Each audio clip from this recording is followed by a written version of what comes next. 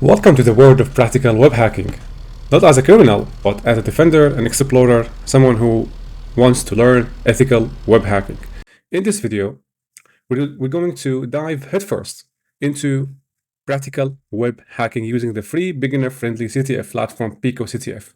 I'm going to solve a collection of web hacking challenges, ranging from easy to medium in difficulty. No fluff, no theory overload, just hands-on practical hacking, aiming to collect the flags and harvest the educational key takeaways. We'll be exploring broken authentication, insecure file uploads, SQL injection, and other CTF-style challenges as well. Let's get started. Tonight's the night. So our first challenge here is SSTI 1. SSTI stands for Server-Side Template Injection. And as per the description of the challenge, we have a site and there is an input box where we have the chance to announce whatever we want, as the description states. So it's pretty self-explanatory that we have to test if the site is vulnerable to server-side template injection. So basically, to test for server-side template injection, we're going to have first to determine the type of templates. Most websites use either Jinja or Twig template engines. So here, this site might be based on Jinja 2, which is Python-based template engine, or it could be Twig, which is PHP-based template engine. Okay, now to test this theory, we're going to have to provide a payload. So basically, one of the most popular ways to test for server-side template injection is to provide an arithmetic operation enclosed within two curly braces.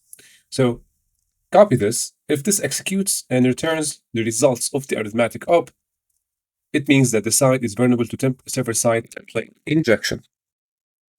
We click on OK, and you can see it returned the result of the arithmetic op. So we conclude that the site is vulnerable to server-side template or SSTI. I'm not going to say server-side every time, so just SSTI. Okay.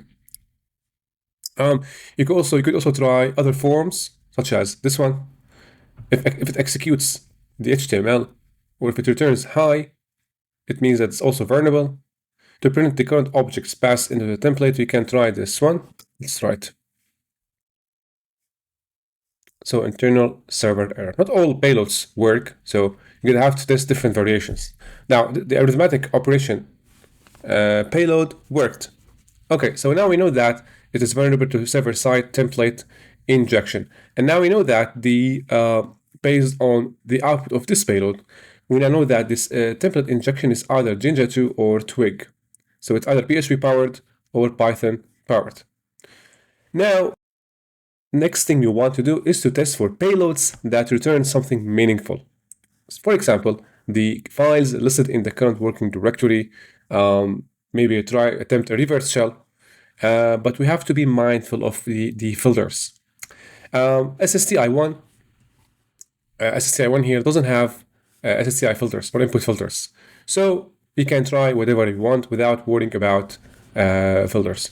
So here, let's try a payload that returns the contents of the current directory. So let's have a look at this payload. So here it uses the request application and then imports the OS using Python, and then with pop open, it executes the system command and read out the contents of the file, of the output. So basically we execute this, and we can see we have the contents of the current directory. Next step we want to do is to proceed and read the contents of the flag. Now let's go back to the payload, and here we want to list the current files again. So we have this file, okay, this is a Python file, flag, and then we have requirement. So I thought flag and requirements are connected somehow. So flag is the file, but it comes without extension. It's not specified. So we're going to go back, and here, just say it is flag. And that's the challenge flag.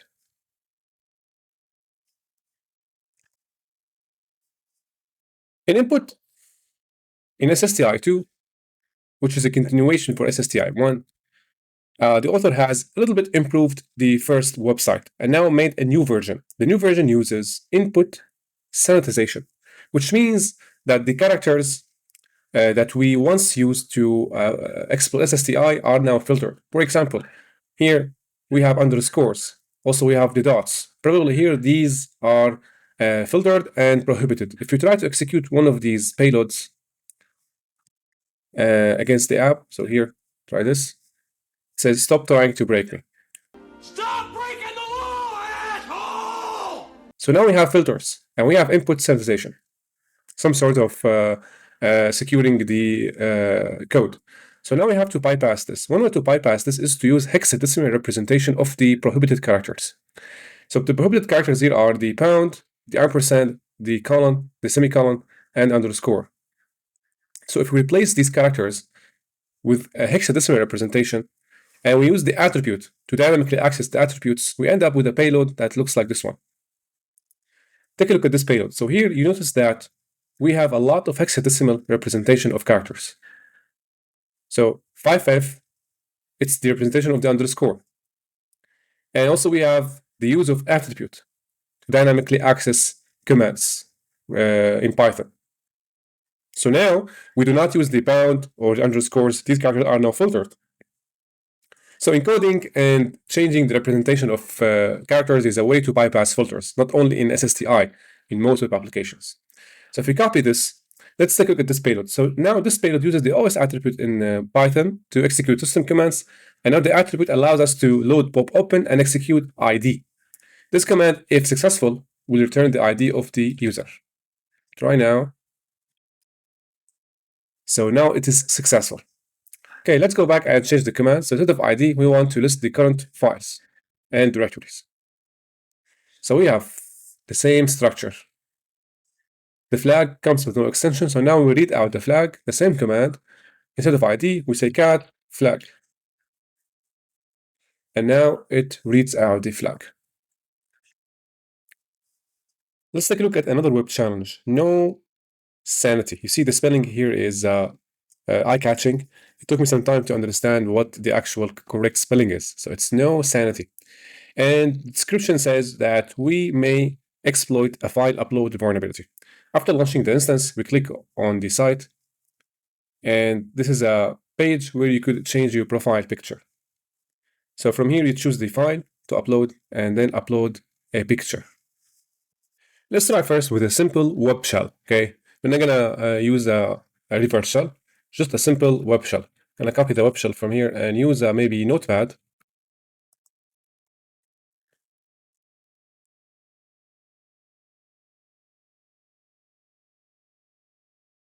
Now let's try to choose the file. The file shell has been uploaded. So there are no file upload filters. So next thing you want to do, let's go back to the shell. So this web shell is written in PHP, and through GET requests, it allows you to use the CMD parameter to execute system commands. And we can also see the path to the shell, uploads/shell. Okay, so here if you try to access the file, we say uploads/shell. And here we are able to access the file, but we cannot execute it because if you go back to the file, we're going to have to provide the parameter cmd. So after shell.php, we use a question mark and then cmd equal, and after the equal sign comes the command we want to execute. Let's try with id. And we are successfully able to execute system commands. So the ID here returns the user ID. Let's go back to the challenge. Here, our ultimate goal is to find the hidden flag in the root directory. The root directory has strict permissions, and only the root or any other privileged user are able to view the contents of the root directory. So it's wise first to check out the privileges of the data user. You can check out the privileges using sudo-l. So here you sudo-l. We can see here the output. So let's take a look. So data may run the following commands on challenge all no password. This means that data has no restrictions in running commands at an elevated mode. So if you go back and see ls root, it didn't work, and that's fine because we did not write sudo here. So we're going to have to supply sudo to the command, and then ls root. So see, we are able to list the contents of the directory. So yeah, flag. Next thing we want to do is to keep sudo and use cat root flag.text. This reveals the contents of the flag. Okay, head dump is an interesting challenge. So I'm not going to read the description here, it's long. However, the objective here is to explore API documentations and try to find out any leaked data. That's the objective. Click on launch instance. Also, I prepared my virtual machine because we will need to examine some files that we will download from the endpoint.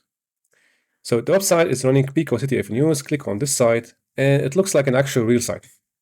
We have home, about us, services. Also, we have a couple of looks like they are swaggers. Just another day for exploring adventures in cybersecurity. Click on any of these. They do not look clickable. If you try, click on home. The home is the same page about us. We're a team dedicated to providing exciting CTF challenges, services. Okay, now we have this. These are hashtags. If you click on these hashtags, most of them redirect you back to the homepage. Except this one. Go back. I clicked on API documentation, and it redirected me to this endpoint /API/docs. So PicoCTF news API. We have a lot of endpoints here that we can explore on our own. Our job here is to find out which endpoint leaks data. Take a look at this one. Here we have 3 API endpoints for navigating the website. You can send a GET request to /welcome page. Try it out. No parameters provided. Execute. As you can see, this executes a curl command with a GET request, okay, to the home page. So that's the endpoint, and that's the response body. Okay. We have also about us, which is another endpoint. We can also send a GET request to this endpoint by clicking on try it out. This executes a curl command again with a GET as a request specified with the option -x. And the URL here is the main homepage /about. That's the endpoint. Okay, now we also have endpoints that we can interact with using post requests, okay, like this one, /API/posts. This endpoint is dedicated to creating posts. And the response body here, the request body required application and use, because we want to execute, we want to post a post here, we're going to have to provide a post in the request. So to try it out, for example, that's in the request body, we provide the post in JSON format. Title is my new post. You can modify this if you want. So let's say it is a hiking post. The content, you can say something like, I am coming for you. And the author is, let's say it is a butcher. Execute. So this sends a curl command again. However, here the request is specified as post. And the URL is also specified and points to the endpoint location /API/posts. And then with -h, we specify the type of the contents. In this case, it's JSON. And then with -d, we specify the body of the contents or the request body. And if the request is successful, it will show the post.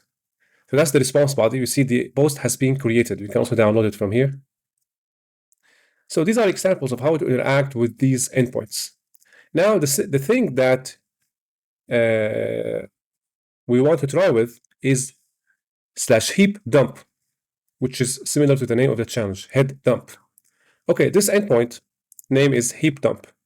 If we want to try it out, meaning interacting with the endpoint, let's have a look, execute.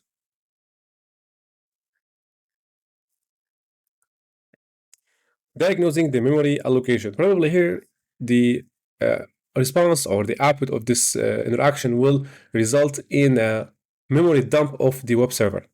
Let's have a look. curl -x, a GET request to /heap dump. Okay, and the response is a file. Let's download the file.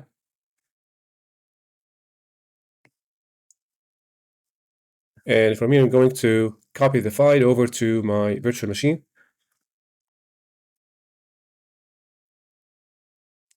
Now we open up the shell.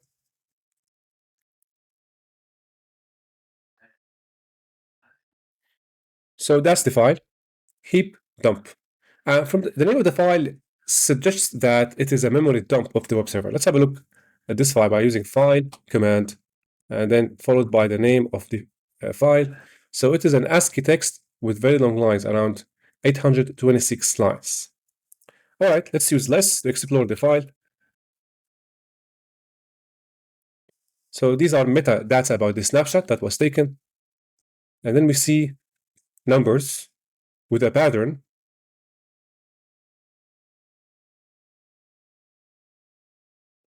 And then we can keep scrolling until we find something meaningful, which is not something that you want to do. So quit. Let's go back to the description of the challenge. The flag is hidden. So here your goal is to explore the application, which we already did, and find the endpoint that generates files holding the server's memory. So here we found the endpoint that upon interacting with or executing the endpoint, it generates the server or a file containing the server's memory. And it's where the secret flag is hidden. So if you go back to the file, now here we want to use a command that allows us to filter the output. So maybe cat heap dump and then grep.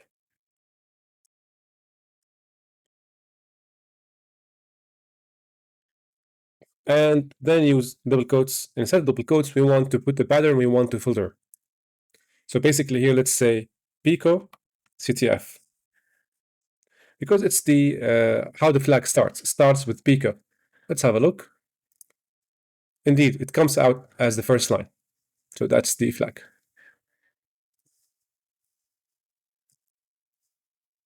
Let's have a look at this interesting challenge. The challenge name is 3v at L. At the end, I figured it is Eval. So let's see the description because it is worth it. ABC Bank's website has a loan calculator to help its clients calculate the amount they pay if they take a loan from the bank. Unfortunately, they are using an eval function to calculate the loan. Bypassing this will give you remote code execution. Can you exploit the bank's calculator and read out the flag? Additional details will be available after launching your instance. You see, we have 3 hints here because the challenge rating is medium. It's not easy. And here we click on this to launch the site. Bank loan calculator. So we enter a formula to calculate the loan that we should pay. And here the key is to view the source code. The source code reveals interesting information through the comments. Let's have a look here. So secure Python Flask eval execution by. So here the developer has written a note that in order to secure any code execution in Python Flask using the eval function, you have to follow 2 steps. First, you block malicious keywords like OS, eval, execute, bind, connect, Python socket, basically everything that could be used in a Python reverse shell. Okay, so this means that we cannot go back to the loan calculator and use just a basic plain Python reverse shell. It will be blocked. The next step is to implement this regular expression. Let's analyze this regular expression.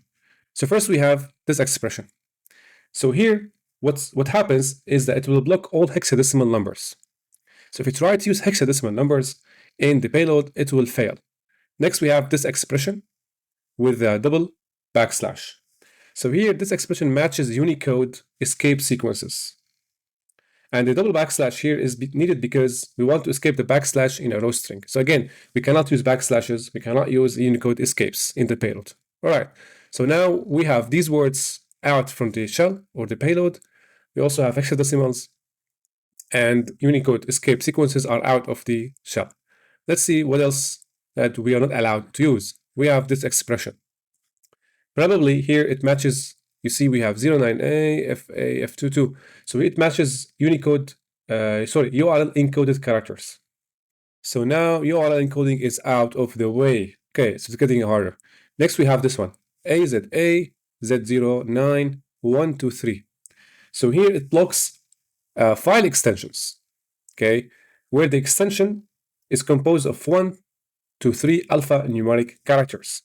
So if we go back here and supply a link to a file that is javascript.js or .php or .exe, these files will be blocked because it's configured to block all file extensions where the extension is or the range of the extension is from 1 to 3 alphanumeric characters. And at the very end, we have this expression, which matches, as you can see, forward slashes and backslashes. And lastly, we have this, which matches double dots, typically used in directory traversal attacks. So this is a rather good way to secure an input area in a website. This regular expression is good, but unfortunately, it is not enough, because still we can bypass this regular expression using a couple of functions in Python. So remember that our aim here is to reveal the flag. So a command like this one, open, say /flag.text, and then we close the parentheses, .read. That's our goal. Execute, it will not work. Detected forbidden keyword. So why it is forbidden?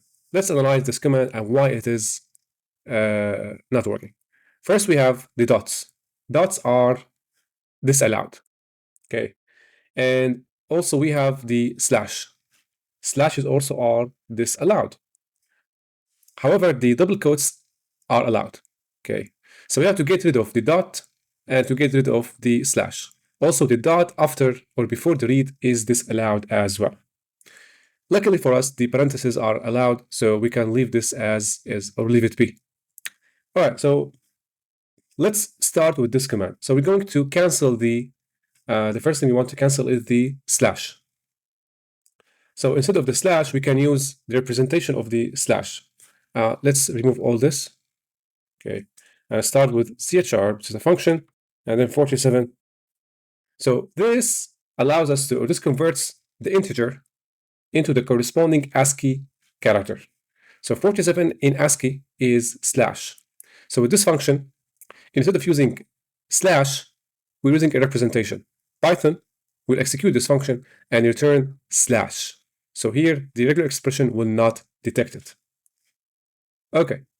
Next, we want to find a way to bypass the dot filter. A good way to bypass the dot filter is to use double quotes and concatenation. So here we're gonna use, let's put the parentheses at the end to close the command. And then here we use plus flag plus for concatenation. The dot is now enclosed in double quotes. It will not be read as dot, okay? It will be read as a string. And then concatenation, text. And then I close this. Let's see. And it worked.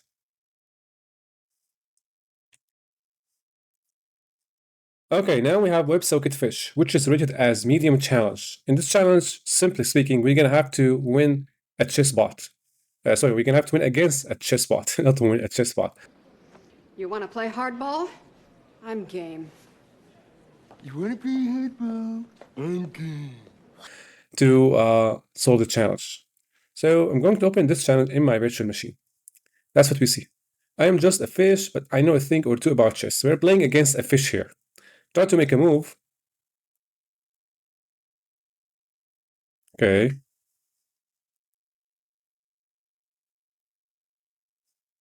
Let's see.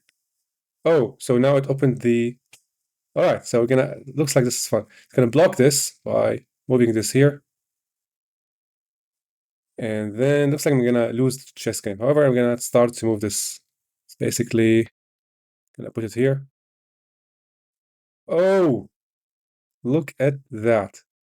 All right, so basically it's a typical chess game. We can continue and keep playing. However, our job here is to find the flag. I think my game is going pretty swimmingly. All right, so it looks like this chessbot, if I don't stop it using my hacking skills, it's going to beat me. So I'm going to open up Perp Suite, getting some help, and try to make a move. All right, so the WebSocket message that was sent is actually sent in row and uses Eval 131. And the response to this, if you click on forward, we see the response here is, I wouldn't have played that if I were you. Let's go back. And it says, I think this position is pretty equal. All right, so now if we take this out with our soldier, let's go back. We see every request or every move we make corresponds to a number and uses the eval function. Pretty much looks like we are assigned points here, I think. So when I took it out, what happened? It gave me 148. Previously, I couldn't remember the score, but it was below 148 or less than 148.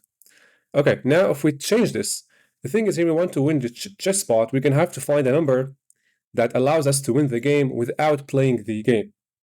Okay, so now if we try with numbers such as maybe 1000,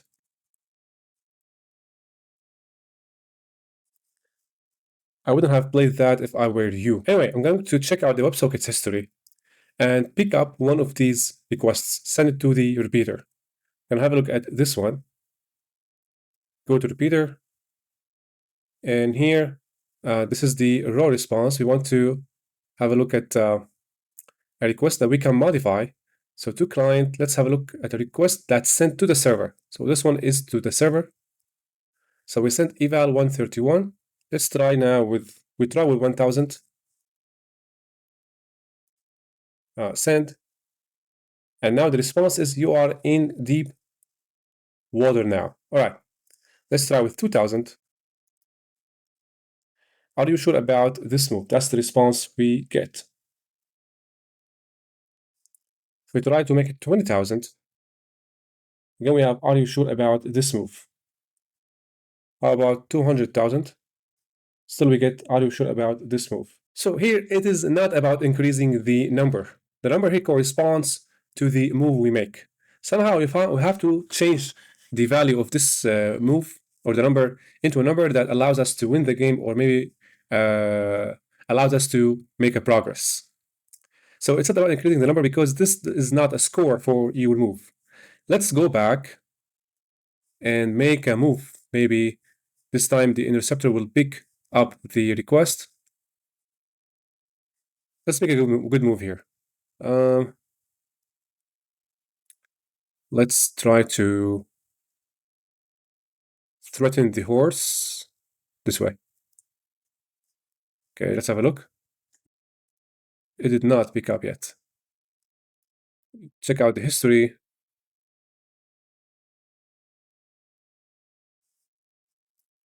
It's not clear. Okay, let's go back to the repeater and check out the first request we sent. So that's what we sent first. It was eval 4, and then we received, I think this position is pretty equal, and then we sent eval 131, and the client sent, I wouldn't have played that if I were you, and then we sent 148. Let's try 148 again and see the response. So 148, wow, I missed that move. So it looks like 148 is close to the number that wins us the game. Maybe try with 200. Okay, let's try now with 150. I think my game is going pretty swimmingly. Let's try with 220. I think my game is going pretty swimmingly. So the higher the number we assign, or the higher the number that we send through the eval, we see the response of the fish looks like it is becoming more confident that it is winning the game. So previously we supplied 148, and the stockfish said that, wow, I missed that move. You see, when we started to increase the number, we get a pattern that indicates the fish is winning. I think my game is going pretty swimmingly. I wouldn't have played that if I were you. If we keep increasing the number, 600, and now we get, I wouldn't have played that if I were you. So it looks like we're going to have to decrease the number. Decreasing the number corresponds to a move on the game that is winning the game for us, not for the stockfish. Let's try a number that less than 148. Maybe 98. So 98, you see, wow, I missed that move. Let's keep decreasing the number. Try 20. I think this position is pretty equal. Okay, let's try 1. Okay, 0. How about minus 20? So minus 1, I think this position is pretty equal. Let's say minus 200. Interesting move. Okay. So here, looks like we started to gain some traction on the game. Let's try with minus 2000. And now we get, wow, I missed that move. Let's try minus 20,000. So we get it. We're going to have to decrease it more. 200,000. Huh? How can I be losing this badly? And I resign. Here is the flag. You see, we have to keep decreasing until we move into the area of negative numbers and still keep decreasing until we reach more than 3 digits number. So that's the flag. Interesting challenge.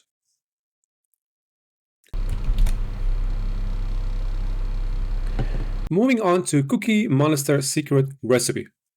Our job here is to find the hidden cookie. So can you outsmart Cookie Monster and find the hidden recipe? Supposedly, the hidden recipe is hidden in the cookie. So if we click on the site to access it, here I'm using hack-the-box pawn box. So that's the site. Now if you try with something like test, remember that our job here is not to log into some administration panel or have admin access. Our job here is to figure out what is lying in the cookie. So we click on login, and we get access denied. Cookie Monster says, me, no need password, me just need cookies. Okay, that's fine. Now we're gonna right click. And we're gonna need to use Purpose Suite. So Purpose Suite is up and running. I'm gonna go to target, proxy, the intercept is on, back to the browser. We're gonna have to link the browser with Purpose Suite, make sure always to configure it right. Fox Proxy does the job, but the scope of this video doesn't cover how to configure Purpose Suite with your browser. It's basic knowledge if you are practicing web hacking. Now I'm gonna click on Perp. So now if I refresh the page, now I get the request. Let's have a look at the request parameters. And here I can see the cookie.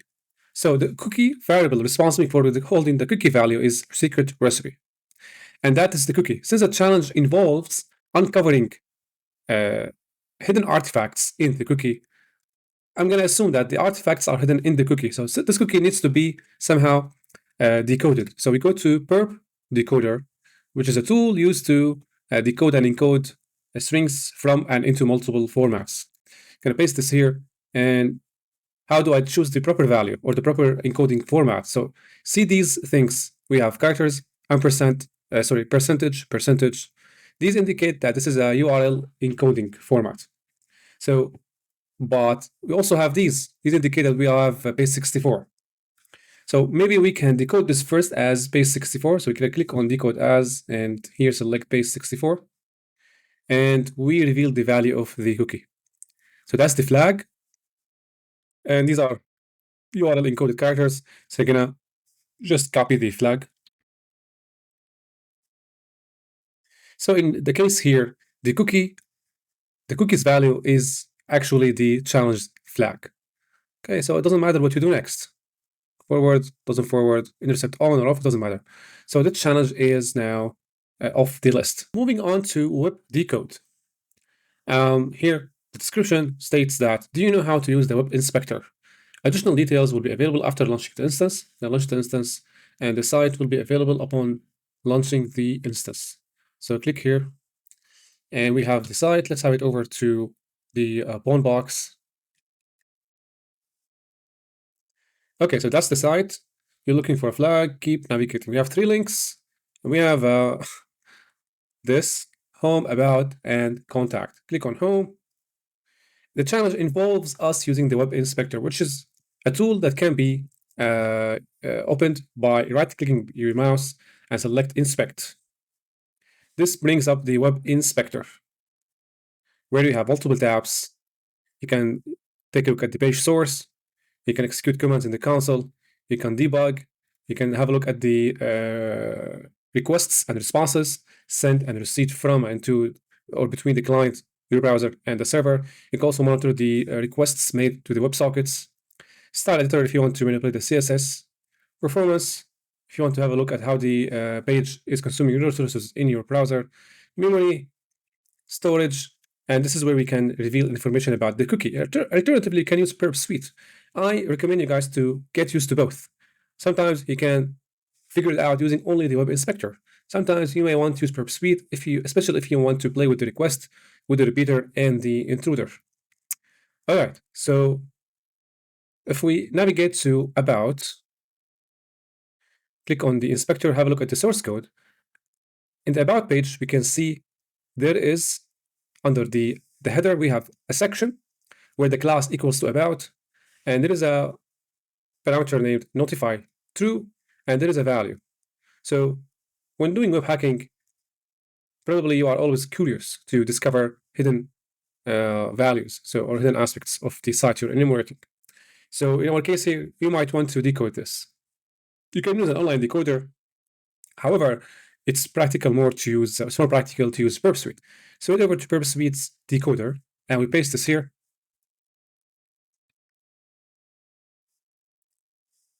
Now, it decodes to the actual flag, but decoded automatically because it is selected here to decode as base64. Okay, so that's the flag. It's similar to the previous one.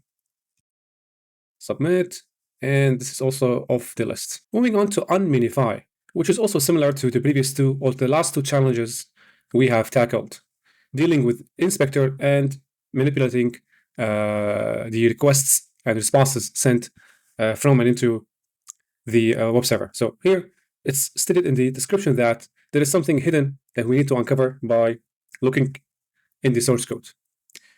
Okay, so clicking on the site, have it over to the bound box.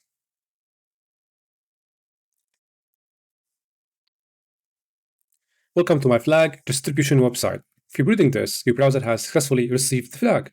I just deliver flags. I do not know how to read them. All right, so it's assumed that the flag is actually uncovered, and it is somewhere. So click on inspect, and it's easy actually to find it. You just look at the class PicoCTF, expand it until you find the flag here, class equal PicoCTF flag. So you can just copy this. These are the challenges, just to get used to using the web inspector. Okay. So Bookmarklet. Why search for the flag when I can make a bookmarklet to print it for me? Additional details. Okay, let's launch this instance.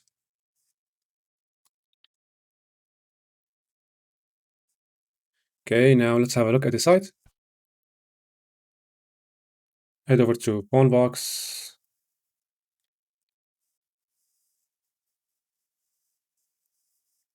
All right, so here, let's see what we have. Welcome to my flag distribution. If you're reading this, your browser has successfully received the flag. Okay, here's a bookmarklet for you to try. So you have a JavaScript code here. Somehow, if we are able to execute this JavaScript code properly, the flag will be revealed. Luckily, in the web inspector, there is something called the console.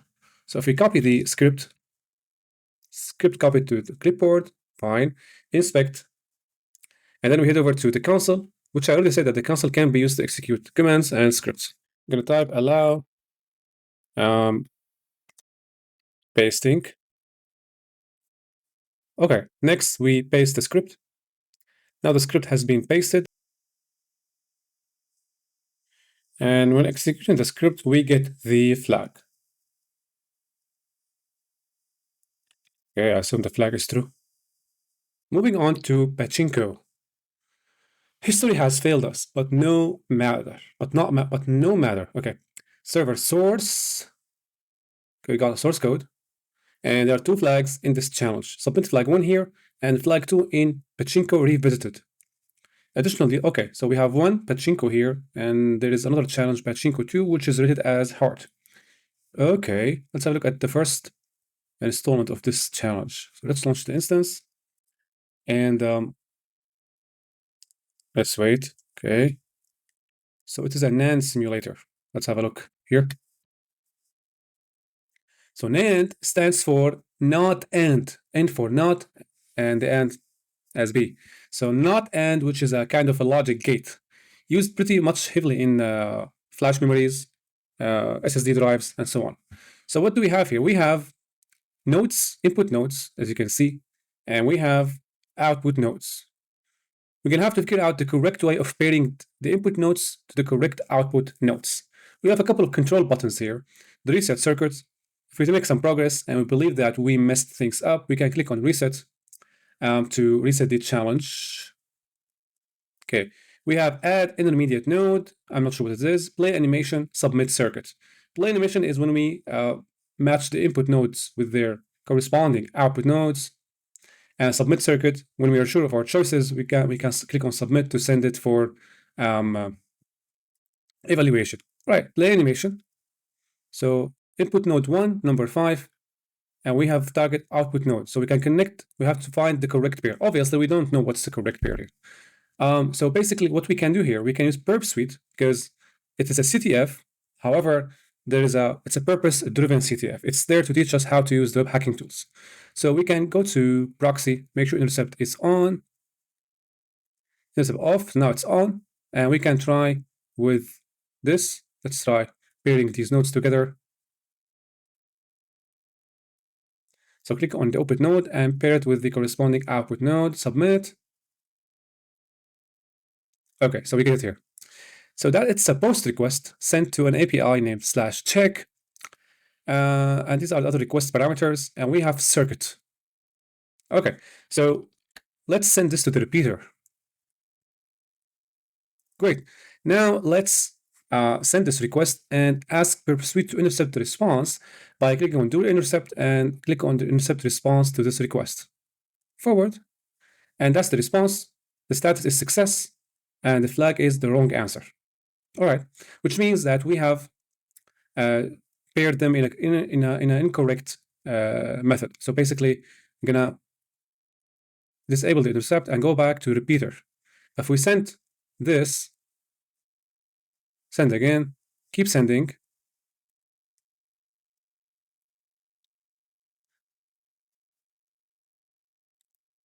Yeah, and you get the correct answer. And here, basically, I think the gist of this challenge is to get you to use the purpose suite repeater. Or maybe you can do the challenge again by using the inspector. So basically, click on inspect and head over to the network tab. And from here, we can submit circuit, and we can see the request here. Okay, you can click on resend on the upper right. Okay, resend one more time.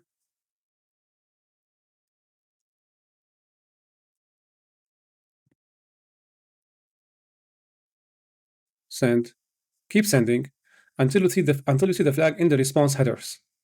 So I have the request headers here, and there is a response.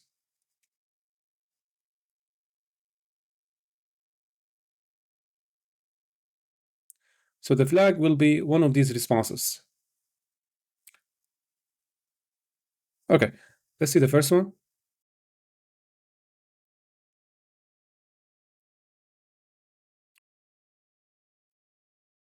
Click on response. So all of these are wrong answers until you see this one. So I have to keep sending until you get the flag. Why? Because every request we send means a different pattern of these input and output nodes. Every request sent, we have a different pattern. But since we do not know the correct pattern, we have to keep sending the request using the repeater or using the inspector. All right, so there is a, first let's have a look at the flag, copy the flag, finish it. Now, based on my experience with Pachinko, the first part, I'm not very encouraged to do the other part, which is Pachinko 2. In here, we're going to have to deal with the same instance, with the same site, the NAND simulator. However, here we're going to have to find all artifacts and instance connections in Pachinko. It's pretty much obvious here, based on the first challenge that we solved by randomly sending the requests and getting the flag. It's very obvious that the only correct way and the intended way to solve the challenge is by constructing a NAND circuit. Now, basically, I used ChatGPT, and ChatGPT told me despite the fact that based on what they said that ChatGPT hallucinates, I still trust what ChatGPT tells me about the NAND circuit. So here it's the opposite of AND, as I stated before. So basically, to construct a correct NAND circuit, we're going to have to do it the opposite way of AND. So in AND, 0 and 0 will be 0, right? 1 and 0 will be 0. So both A and B have to be 1 in order for the output to be 1. That's in AND. Not AND or NAND, it's the opposite of AND, okay? So 0 and 0 will be 1. 1 and 1 will be 0. So basically, you do an AND circuit, and then after you do an AND circuit, you reverse the output, and thus you get a not AND or NAND. However, I couldn't find a proper way to translate these information into a proper NAND circuit. Moving on to Trickster. Okay, in Trickster, I found a web app that can help process images, PNG images only. So let's launch the instance and see what it's all about. Click here. Going to copy this over to the pawn box.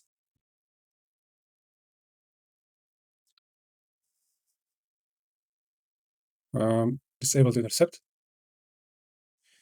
Welcome to a PNG processor or processing app. So here it's a file upload area. Whenever we see a file upload area, immediately we think of file upload vulnerabilities, uploading a web shell or a reverse shell. However, here the application only accepts PNG files. You're going to have to find a way to bypass the restrictions. It's very easy. One of the methods to bypass restrictions is to create a PNG file, okay, edit the extension, and send it as PNG. However, the contents of the PNG should be an actual web shell. Okay. Now let's head over to Notepad and create a classic web shell. So I'm gonna launch the shell here, and let's create shell.png. And here we write our input. So basically, we are aiming to create a reverse shell, or maybe a web shell, a classic web shell. So this time we're going to use a different web shell. This one fits the purpose as well. Easy, simple PHP web shell. You can get it from this page. So we still get the same error. File name does not contain a PNG. Okay, now we're going to send the request again and combine it with the old strategy. So basically, purpose listening, upload. So here, shell.png, gonna keep PNG as is and end it with PHP. Okay, so basically here, gonna be a PHP, and then we have to change the image into application. Okay, so what happens here, instead of just using shell.php, we're actually telling the application that, yeah, the file extension is PNG, right? Now we send the request. Now, basically, remember that these methods may not work these days because file upload filters are now more advanced. So it may work in some old web applications. However, it's just for learning purposes. So now we click on forward. Now the file has been uploaded successfully. The next thing we want to do is to trigger the shell. So we navigate to probably it is /uploads /shell.png.php and then !cmd, and here we execute our command. But first, let's try to access the shell. No need for a purpose suite anymore. Now we have a classic interface, and that's because the code is different. The first web shell we dealt with in this video, it was necessary to use the parameter when accessing the shell. It doesn't self-execute. But here, because we have a proper code to be displayed on the browser, we have the box here. Okay, so PNG, and we have a input box to execute the commands. So if you input ID and execute, we have the ID returned. So now we have a classic remote code execution. And then you see the parameter here is CMD. Basically, you can execute the commands. You don't need the input box. You can just execute the commands right from by changing the parameters value. So CMD, if we change this from ID to OMI, we get the output dub data. Now, the thing is, here we want to find the flag. So probably we're going to have to look for the flag. Let's first use pwd. So see where we are. We are on the /HTML uploads.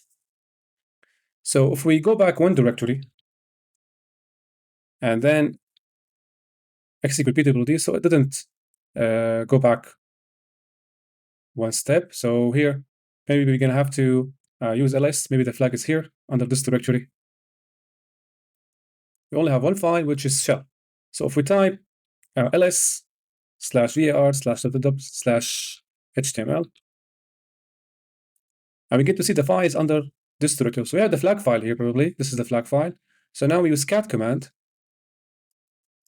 and specify the proper directory.